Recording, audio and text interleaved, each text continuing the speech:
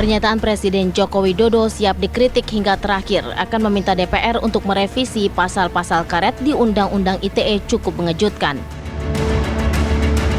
Angin perubahan ke arah iklim demokrasi kembali dikedepankan.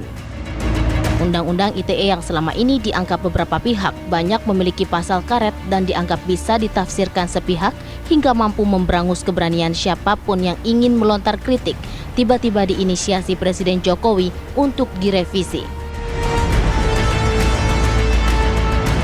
Selain itu, Presiden Jokowi juga meminta kepada Kapolri agar implementasi Undang-Undang Nomor 11 Tahun 2008 ini selalu menjunjung tinggi prinsip keadilan dan kehati-hatian dalam menindaklanjuti laporan masyarakat yang menggunakan pasal-pasal Undang-Undang ITE tersebut. Lantas pasal mana saja yang dimaksud akan direvisi? Tim TV One mengabarkan.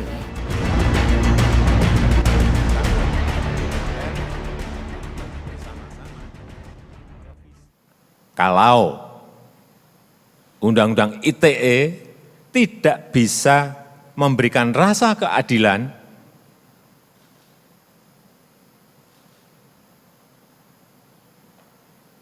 ya, saya akan minta kepada DPR untuk bersama-sama merevisi undang-undang ini, Undang-Undang ITE ini.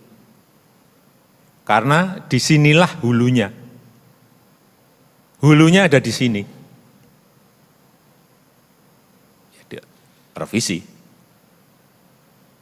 Terutama menghapus pasal-pasal karet yang penafsirannya bisa berbeda-beda, yang mudah diinterpretasikan secara sepihak.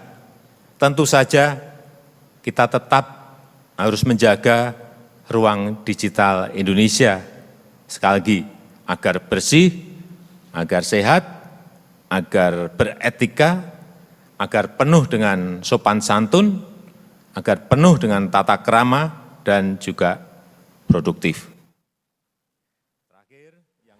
Ya, pemirsa, langsung saja kita akan diskusikan hal ini bersama dengan 3 orang narasumber yang sudah bergabung bersama kami. Ada juru bicara Presiden, Mas Fajrul Rahman, kemudian ada Guru Besar Hukum Tata Negara Universitas Gadjah Mada, Mas Zainal Arifin Mohtar, dan juga terlapor kasus Undang-Undang ITE ada Ustadz Haikal Hasan. Selamat pagi semuanya. Selamat pagi. Ya, semoga sehat selalu. Selamat pagi. 5M ya.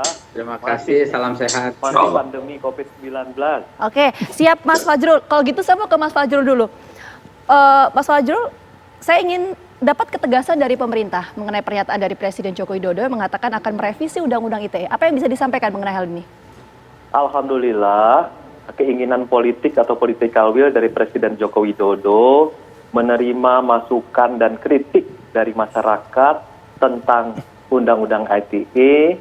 Beliau pada tanggal 15 Februari 2021 di depan rapat pimpinan TNI dan Polri mengatakan bahwa kalau Undang-Undang ITE ini tidak bisa memberikan rasa keadilan, ya saya akan minta kepada DPR untuk bersama-sama merevisi Undang-Undang ITE ini. Karena disinilah hulunya, terutama menghapus pasal-pasal karet yang penafsirannya bisa berbeda-beda dan mudah diinterpretasikan secara pihak. Jadi yang pertama harus dilihat ini political will untuk melakukan perubahan kedua sebenarnya. Karena kan 2008 undang-undang ini di masa Pak Susilo Bambang Yudhoyono. Terus ada kritik dan masukan dari masyarakat, lalu oleh Presiden Joko Widodo diubah pada tahun 2016. Jadi Undang-Undang Nomor 19 dari 2016. Nah sekarang ada kritik dan masukan lagi. Presiden bersedia lagi melakukan perubahan kedua. Jadi yang kedua, Presiden Joko Widodo itu selalu menerima kritik dan masukan yang terbaik untuk memperbaiki demokrasi kita. Ya. Seperti itu. Mas Fajrul, ini juga menjawab sebenarnya momentumnya menjawab apa yang disampaikan Pak Presiden kemarin nggak sih soal pemerintah membuka tangan agar masyarakat mengkritik gitu. Kemudian kan responnya banyak dari masyarakat bahwa menyangkut pautkan bahwa kritik ke pemerintah ini ada kaitannya dengan penggunaan Undang-Undang ITE ini. Ada 2 kali beliau menyampaikan agar masyarakat aktif melakukan kritik dan masukan kepada pemerintah, yaitu pada saat laporan tahunan Ombudsman itu, tapi konteksnya adalah agar kritik masukan dari masyarakat untuk perbaikan pelayanan publik. Karena negara atau pemerintah itu kan mestinya menjadi pelayan publik paripurna. Kemudian di Hari Pers, beliau juga menyampaikan agar pers juga aktif melakukan kritik. Nah, sekaligus juga mengatakan agar masyarakat belajar dari cara pers untuk melakukan kritik atau memberikan informasi. Karena pers itu kan tegas, akurasi atau akurasi, verifikasi, dan kepercayaan publik. Nah, jadi pers ini seperti TV One mestinya menjadi guru bangsa dalam memanfaatkan dunia digital ini, memberitahukan begini loh cara mengkritik, begini loh cara berinformasi. Makanya TV One kan tidak ada penyiarnya yang ditangkap, bahkan ILC juga nggak ada satupun yang ditangkap. Iya. Nah, Mas Fajrul, kita tangkap poinnya. Saya mau langsung ke Babe Haikal kalau gitu. Tanggapan dari Babe Haikal juga sekaligus sebagai terlapor dalam kasus Undang-Undang ITE ini, seperti apa tanggapannya dengan adanya wacana untuk revisi Undang-Undang ITE, Babe? Pertama, kita tentu apresiasi.